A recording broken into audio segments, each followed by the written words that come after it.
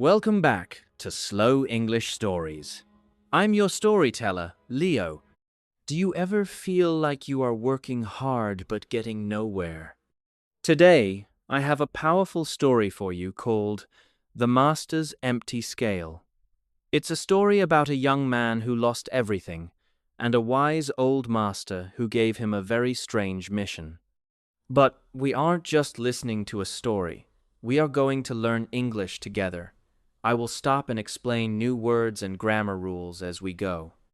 If you are ready to improve your English and learn a deep life lesson, let's begin. The sun was burning hot over the great bazaar. Kaelen stood in the middle of the crowded street.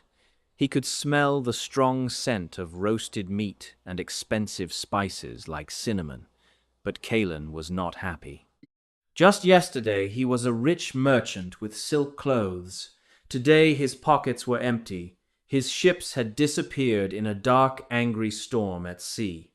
He walked slowly to the end of the market. There he saw an old man sitting quietly. The old man had a long white beard and was holding a small, rusty scale. He looked into Kaelen's eyes and smiled a mysterious smile. He reached into his pocket and gave Kaelen a single, small copper coin. In this first part of our story, we see the word bazaar.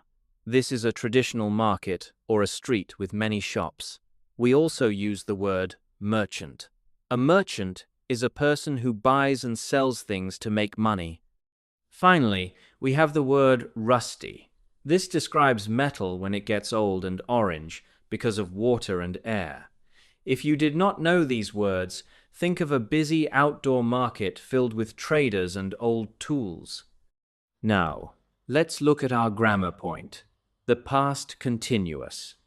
For example, the sun was burning hot, or he was holding a small scale. We use this when an action was happening at a specific time in the past. It helps us describe the background of the story and helps the listener imagine the scene.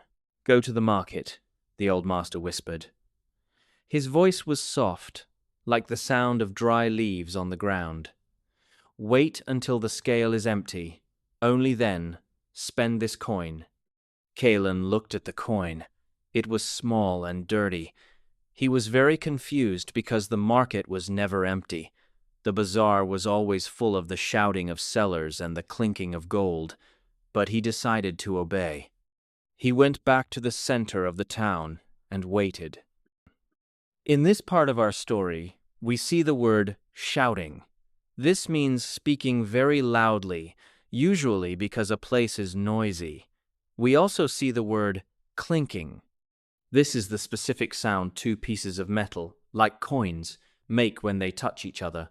If you didn't know these words, think of the loud noises in a busy street.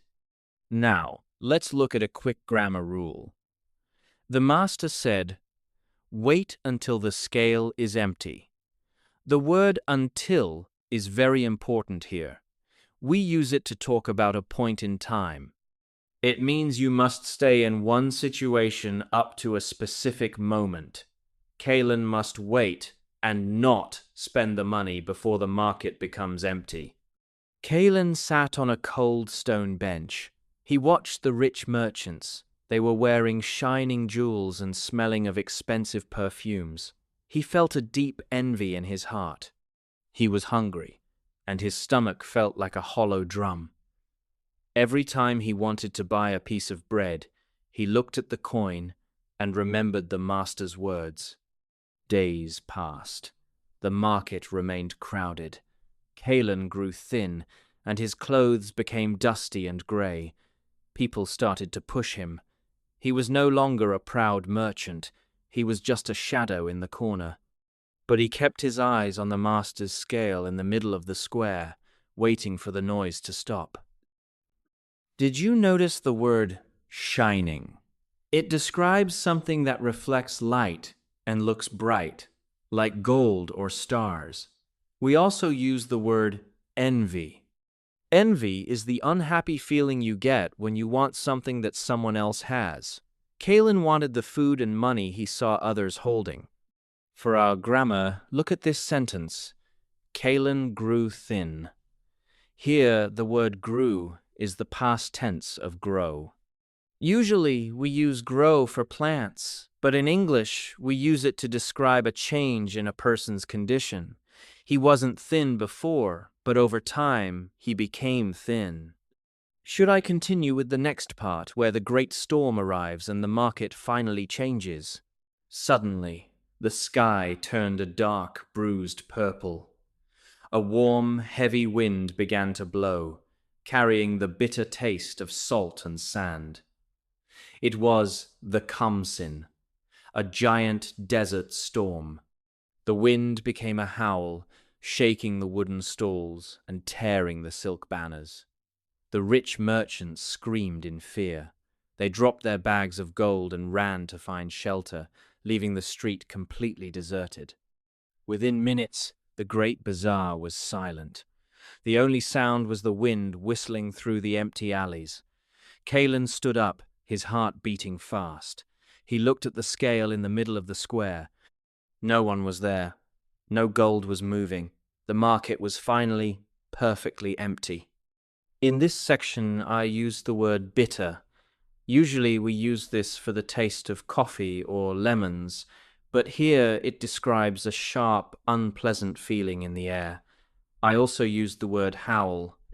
This is a long, loud cry like a wolf makes, but we often use it to describe a very strong, scary wind. For our grammar, let's look at the phrase. The only sound was the wind whistling. Here, we use the ing form, whistling, as an adjective to describe the sound. It helps the listener hear the action happening as part of the scene. It makes the story feel more alive. Kaelen crawled through the flying sand toward the master's scale. His eyes were stinging, and his hands were trembling. He reached into his pocket and pulled out the small copper coin. With a shaky hand, he placed it on the empty metal plate. As the coin touched the scale, it made a soft clink that sounded louder than the storm. Suddenly, the wind pushed a heavy pile of sand away from the ground near the scale. Under the sand, Kaelen saw a hidden iron ring. He pulled it with all his strength, and a heavy wooden door opened in the floor. Inside, he didn't find gold or jewels. He found jars filled with ancient seeds. These were seeds that could grow even in the driest desert seeds, that meant life for a hungry city. Did you catch the word trembling?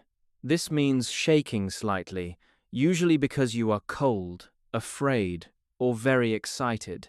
We also use the word ancient. This means something that is very, very old, thousands of years old. Now, look at the grammar. He didn't find gold, he found jars. This is the simple past in the negative and positive. Remember, when we use did not, didn't, the verb stays in the base form, find. But in the positive sentence, we change the verb to the past, found. When the storm finally stopped, the air was clear and quiet.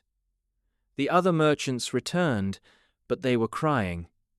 Their expensive silks were ruined by the sand, and their fine food was spoiled. They had nothing. But Kaelen stood by the scale with his jars of seeds.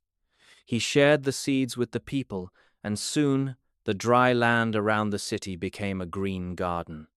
Kaelen was no longer the richest man, but he was the most respected. He returned to the old master one last time. The master was still sitting in the same spot, his eyes bright with wisdom. Kaelen realized that the empty scale was not about money. It was about the strength of his own character.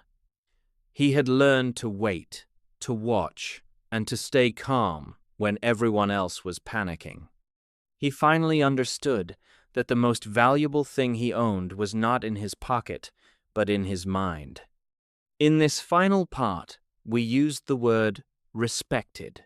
This describes someone that people admire because of their good qualities or actions. We also used the word wisdom. This is a noun that means the ability to use your knowledge and experience to make good decisions.